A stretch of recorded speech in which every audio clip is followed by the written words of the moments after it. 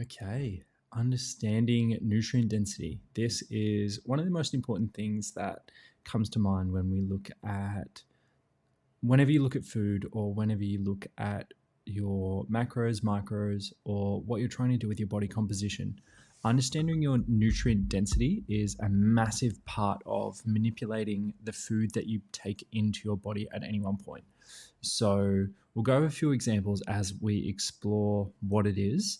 But in short, it's more nutrient dense foods are really good at helping you add calories and add lean body mass or even add body mass if that's something that you're aiming to do, but also decreasing your macronutrient density in foods is a big part of helping weight loss as you can consume more voluminous, so more volume of food while you are trying to cut back on your weight.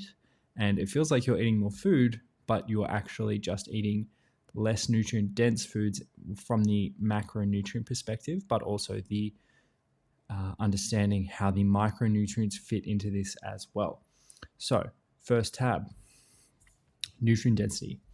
Nutrient density refers to the concentration of essential nutrients in relation to the caloric content of a food. So, the essential nutrients are basically your vitamins and minerals, and then that's relative to the amount of calories that it can have in whatever food you're looking at. And every single food has a different concentration and balance of macro to micronutrients. And your macros, as we know, your macros are your vitamins and minerals, which are super important for your body's health and longevity. And the calories are the amount of energy that you take in from a macronutrient perspective. They are your proteins, carbs, and fats.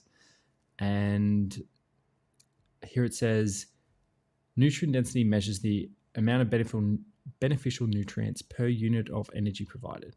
So it is a ratio. So in definition, it is a ratio of the amount of micronutrients that you get to macronutrients. But we're going to explore a few ways to look at it from an individual perspective of like micros versus macros in any given food. So depending on what your body composition goals are, you want to look at these separately, but also strive to understand them. And so it's worth coming back to this, as I'm going to try and make this one a pretty quick video. So evaluating caloric weight per volume. Caloric weight per volume assesses the number of calories present in a given volume of food. So there's another example on the next page, I'm pretty sure. But in any given food, you have a certain amount of calories. And if you were to compare it to, so normally your whole foods, like your fruits and vegetables, have less macronutrients per weight than what your more processed foods are that have higher fats, higher carbs, higher sugars, as they're generally more dense foods, which is why we tend to lean towards them, as they provide more energy per gram of the actual amount of food that we consume. But generally, if we are craving something, we don't actually crave fruits and vegetables, and we lean towards more processed foods as they provide more energy per gram of nutrients that is in the food. So here we've got foods with high caloric weight per volume tend to have more calories per unit. That means that they may contribute more energy to your diet without providing a proportional amount of nutrients. So generally more processed foods, generally things that we love to eat, like pastries and sugars and chocolates, they have a lot of macronutrients and not much micronutrients. And so they're not actually that beneficial to our health and longevity, but they taste great and they provide us with a lot of energy, which is something to be super wary of if our goals are body recomposition. So for weight loss purposes, high calories per volume may result in you being less satiated and make it harder to stick to a diet, as you can eat 100 grams of a certain food and consume a whole lot of calories, or you may eat a kilo of fruits and vegetables and there's not much calories in there at all. So it's important to understand the difference and look at that when you are starting to understand the compositions of the foods that you eat. So examples include foods high in added sugars or unhealthy fats. So just consider your classic Macca's burger as something that is high in sugar in the bun and unhealthy fats in the patty and cheese and everything else in there. So they may taste great and a decade ago, I used to froth on that stuff, but it's really not micronutrient dense at all and super high in calories, which can really help some people add body mass if they're someone who struggles to eat. But for a lot of people who are looking to lose weight, you can get a whole lot of nothing because you're eating a super dense macronutrient dense food and not getting much micronutrients, and it's not actually a big serving size. So moving on, your macronutrient density, which is basically what I was just talking about, I'm going to flick down straight to the bottom. So more nutrient dense foods have a higher amount of proteins, fats, and carbs relative to the mass of a given item. This must be taken into consideration a lot when considering how hungry you generally get and what your body composition goals are. So although it's not great to hear this coming from me, but for example, broccoli only has 34 calories per 100 grams. So if you look at 100 calories of broccoli, so if you look at 100 calories, so if you look at 100 grams of broccoli, that may take up a whole handful. Whereas 100 grams of almonds, which also takes up a handful, has 576 calories. And so it's much more dense with its macronutrient composition. That means for the same amount of calories for broccoli and almonds, you would need 1.7 kilos of broccoli for the same amount of calories in 100 grams of almonds. And so the amount of volume of food that you would need to consume for the same amount of calories is, if you're looking to bulk, almonds are great. If you're looking to really moderate how much food you're intaking and struggling to stick to your calories, then broccoli is a great food and most fruit and vegetables are great foods that you can incorporate into your diet, assuming that you're still hitting your other macronutrient targets and getting enough protein, for example. Your micronutrient density isn't as important when it comes to your body composition goals, but they are essential for your body's function and longevity. So nutrient-dense foods are typically abundant in micronutrients. And for instance, just your fruit and veg, excellent sources of vitamins and minerals, vitamin C, potassium, folate. Every other fruit and vegetable has its own composition of vitamins and minerals. And so an easy recommendation is for people to just eat a rainbow of colors when you are considering your fruit and veg intake. And one day I will dive deep into how you can holistically complete what a micronutrient like spectrum looks like. But also another thing which can be important or can be useful for people is having a greens powder. Having greens powder, which you can get from most supplement stores, but there's plenty online as well, which generally have bioavailable versions of the vitamins and minerals in given foods. So greens powders, rather than taking a multivitamin from a pharmacist, generally the greens powder has more bioavailable options of the certain vitamins and minerals in question. It can get a little technical there.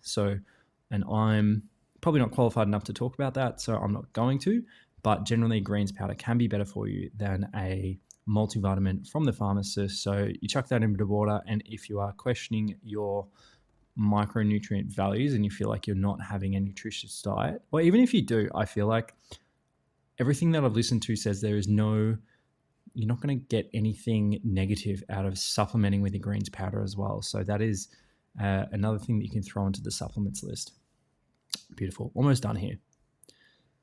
So just while balancing your nutrient density, it's important to choose foods that offer a high concentration of beneficial nutrients. So specifically a high concentration of micronutrients while keeping the caloric intake in mind relative to what your goals are. So whole foods, unprocessed foods, fruit, veg, whole grains, lean proteins, and fats are generally lower in your macronutrient density and higher in your micronutrient density. But as you get into the more processed foods, which are things that have been baked, cooked, been mass distributed, and yeah, just really productized are generally higher in calories. That's why a lot of people tend to love them unconsciously, because they do provide more calories and hence energy per gram. And also because of the fiber content, and we will get into fiber one day, but the fiber uh, really helps distribute the carb load. And so a lot of processed foods don't actually include a lot of fiber. And so that makes any sugars or any carbohydrates in the food more readily accessible for your body, which it loves. As when you eat whole foods, when you eat your fruit and veg, it is harder to extract the sugars and carbohydrates from it. And so that is generally why we also don't crave fruits and veg unless you are really dialed into your body and you are consciously asking what it needs rather than just going off what is at the top of your mind when you are hungry. So some people really struggle to bulk and eat more food, and so adding more nutrient, or at least more macronutrient dense foods, can be much more beneficial to helping add muscle and even body fat. But generally for fat loss, you want to be really aware of adding in less nutrient dense foods. And so we can come back to that broccoli versus almond example. Next couple of slides, we're just going to go over. So here, I'm just going to put them up on the screen. You're welcome to pause it and just explore it as you feel free. But these are the caloric content of fruits and vegetables. And so on your right-hand side, you've got your veggies. On your left-hand side, you've got more fruits.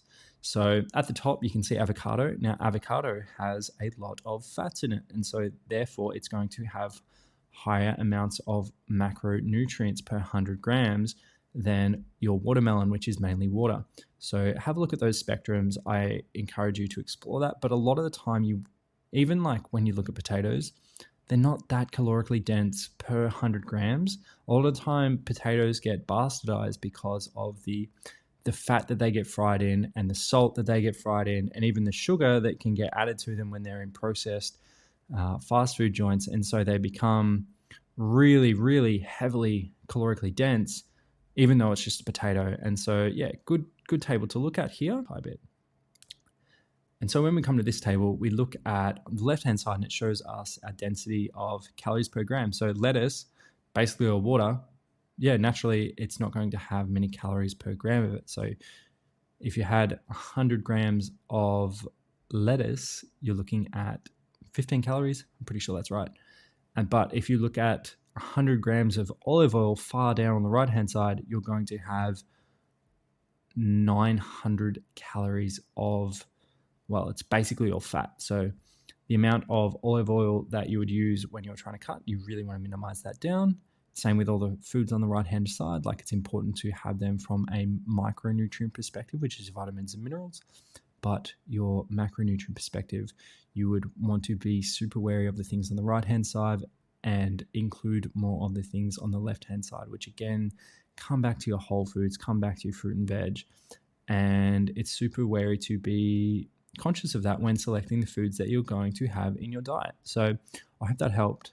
This is going to be part one, and the thing which really accompanies this is satiety, which we will jump into next time. So any questions on that, shoot me a message. Otherwise, enjoy and eat well. Yeah, that's the phrase now. Eat well.